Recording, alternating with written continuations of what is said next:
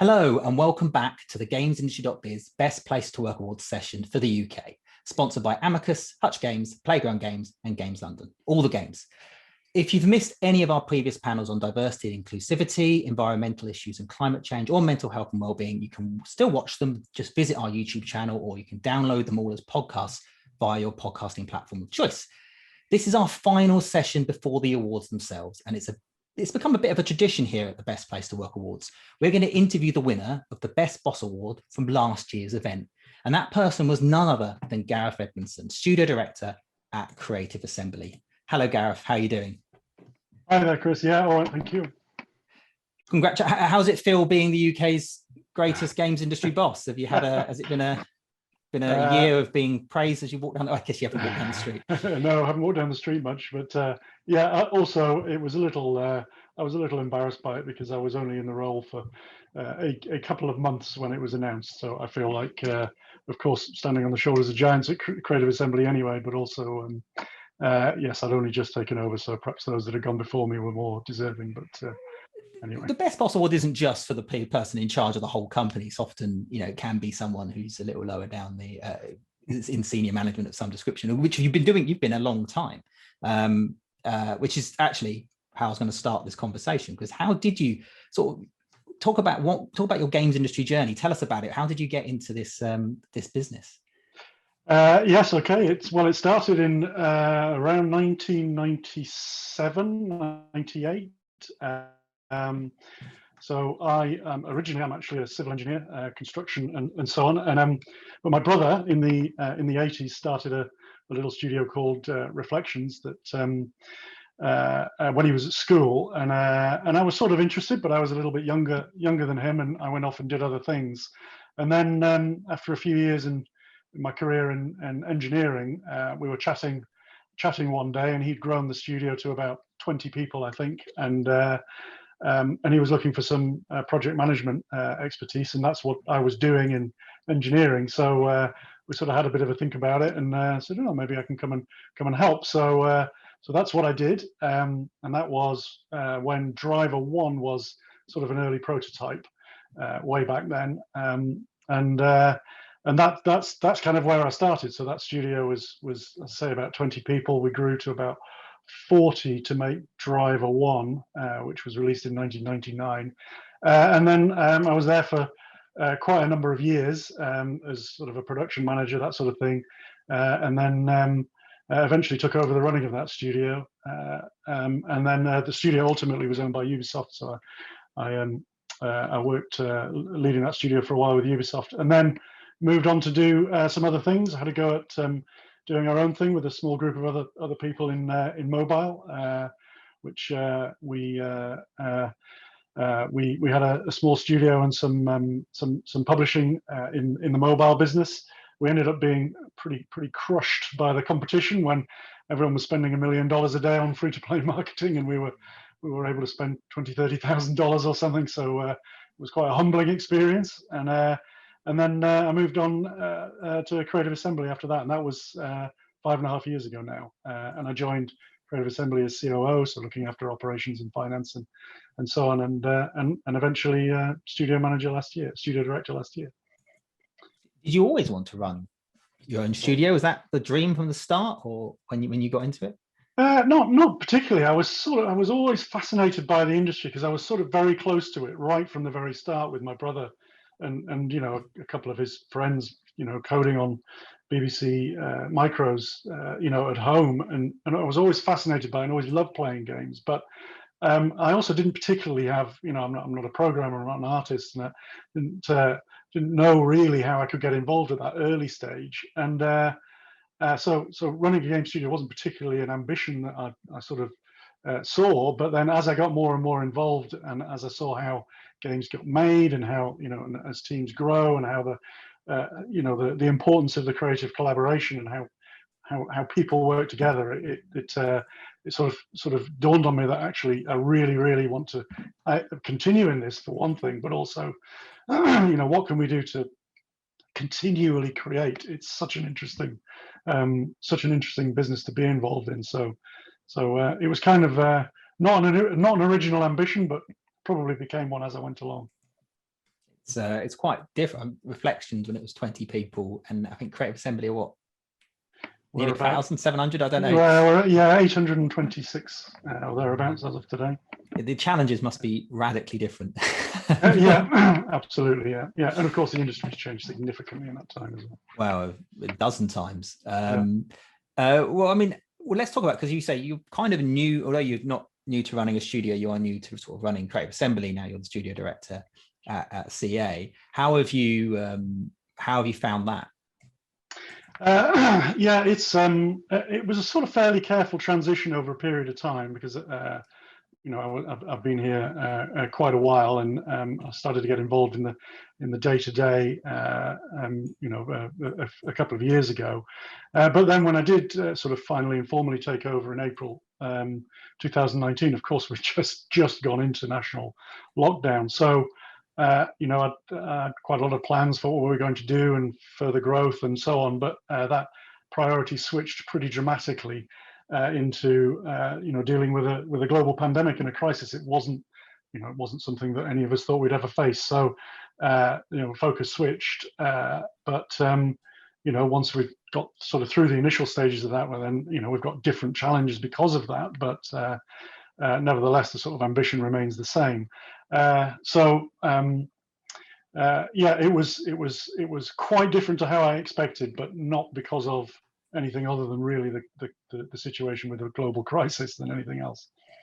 So you've done all of this preparation and easing into this sort of role, so it's more of a natural transition, and then the world sort of ends and does a lot of that on that good work. Well, let's just, I was going to ask this next, but let's talk about the pandemic. How have the challenges of that evolved? Because I'm talking from my experience, it was, to begin with, it was one challenge that overcame, and then it just sort of, how people reacted and people felt has moved as it go along. So how has the challenges around that evolved as you've gone along?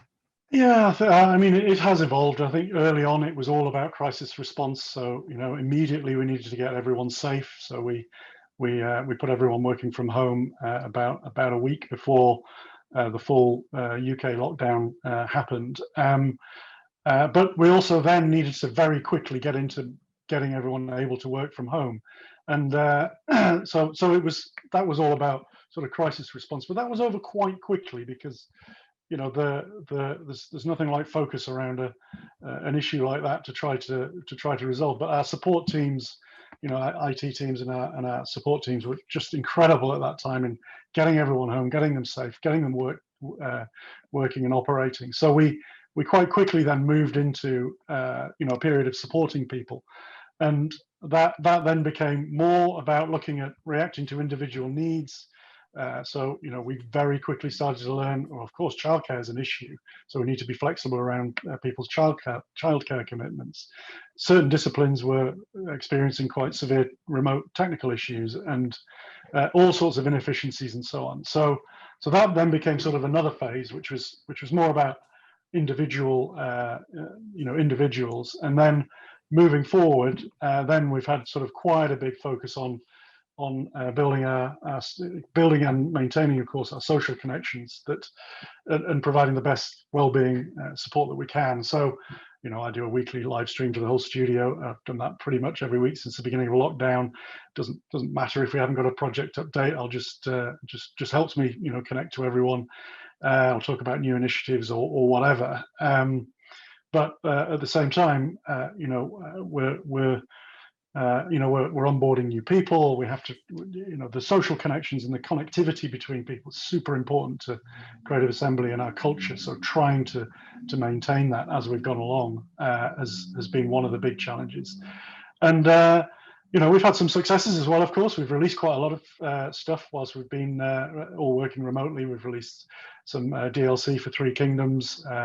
Our studio in Sofia has released a full standalone title with Troy, and we've achieved quite a lot in that period. But we found over that period that the creative challenges that are there because we're separate, those are really important to try to help to solve. So that we still work on that every day. and also it's important not to gloss over the fact that the pandemic has amplified some of our issues which probably already existed. So communication becomes harder. So we just continually work on trying to improve those aspects. I found that in some ways it's accelerated things, like I've found that certain things that perhaps my company in particular was thinking of doing over the course of 5-6 years, trying things out. They were forced to try it out straight away. I mean, we're a lot of our company is remote working anyway, but around communications, around constant weekly streams with the boss, that sort of stuff is something that existed before, and they thought, well, okay, this needs to exist now. And we've found ourselves, and they're not just in employment, I guess it's true of everything in pandemic, we've just found ourselves doing things that perhaps would have taken a lot longer to get to otherwise. Is that true for you? Yeah, absolutely. We started a very small trial of one small team working from home on a Friday to see if we could start to bring more flexibility in. And of course, a month later, we're getting everyone working from home. So yeah, all of those aspects, it accelerated those sorts of. You wouldn't go into it doing an experiment with the entire company if you didn't need to. But the learning is huge, absolutely huge. Well, outside of COVID, because obviously it's a bit all-consuming, I suspect, but what would you say is your greatest challenge as a manager? What do you think is the hardest thing you have to do? Generally, looking forward, it's hard to disconnect from COVID because the world is changing. We're going to be more, we need to be more flexible in the way that we work. So the goal always remains the same, really, for me, which is it's about bringing brilliant people together to create brilliant experiences. And so the changes that are happening in the industry, there's always change in the industry. So the future of what work looks like as we start to return back to the studio, those sorts of problems are sort of right at the front of our minds right now. But it's constant change. So whilst of course always keeping an eye on making sure that we're making brilliant stuff. So I think the challenges for managers and leaders are the same. It's just different change comes in, and it's how we react to that change. Well, that's sort of preempted my next question, because this business doesn't sit still. I was only reminiscing, I'm 14 years in this industry, and I was only reminiscing the other day about when I started in this industry, I was price checking boxed Guitar Hero games from Woolworths, and it's like there's certain some of that still exists but not complete, and it's and that was the big thing back then, and we've gone through so much change, and every time we do an event like this or any form of event, the conversation is almost radically different to the one that we had 2 years ago, and it thinks some stuff hasn't worked out and some stuff does, and we will move forward so quickly. But I guess what's the secret? How do you stay on top of your game to make sure that you are constantly able to evolve as this industry just forces you to? Yeah, I don't think there's a secret. I think it's really about, always getting feedback. So the studio helps me with their honesty. We're pretty straightforward with telling me when things aren't right, and or when we need to consider something else. So always getting feedback. That I think is critical, and making sure that those channels are open so that we do get the feedback. The team will always push to seek improvements, even if we seem to be doing well. We always are looking for improvements. So listening to the team, that's one key thing, and the other is it's really tempting to just look internally, and it's a little bit harder with not going to events like GDC, where you're naturally just sort of immersed in discussions with other people about what's happening in the industry. It's really important to keep your head up, look at what's going on in the industry, and keep thinking about that as well. So listening internally and looking around externally, I think is it's not much of a secret, that, but it's the only way I can think of doing it. Well, no, but when you look around in this industry, you'll find one person's telling you game streaming is going to be the future, and subscriptions is going to be the future, and VR is going to be the future, and this is how you should be offering staff this amount of time off, and then a year later the advice is completely different. It is, I guess you just have to trust your instincts a little bit in that, but in an industry that's constantly on the edge of, it's on the cutting edge of everything. So there's nothing, you can't really look around to see what other people are doing. Oh, that's a template for me to follow, because there isn't any templates. And it's not really a question, but it's for me, it sort of sums up this industry in that you sort of just have to find your own way. Yeah, absolutely. But you know, and cautiously as well. So, you know, just to be careful that we don't break things. That's a key thing. Yeah, and that's something else actually, is that the games business sometimes moves so fast that it sometimes leaves things behind. Some of it sometimes takes things with it that it shouldn't, and then it sometimes leaves things behind that it shouldn't as well. And that's, yeah, cautiously is a good response. Well, this is a really broad question, and it can apply to any of your experience really. But what do you think is the secret to being a good boss?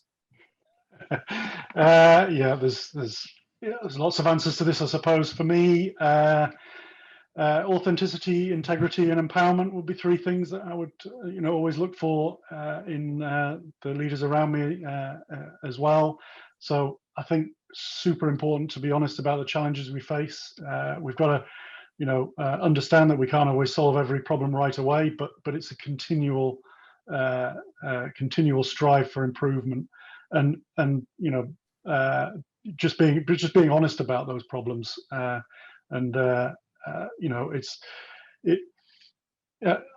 we try to address one thing, something else will come up somewhere else. So it just never ends, and that's good. That's fine, because we continually, we try to avoid making the same mistakes twice. We try to look for new mistakes to make, and keep moving forward in that way.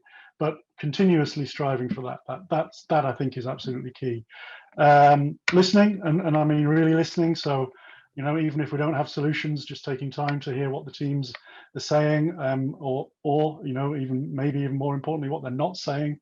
I think it is a skill, and when we're stressed and up against tight deadlines, it's easy to forget about that. We definitely don't get it right all the time.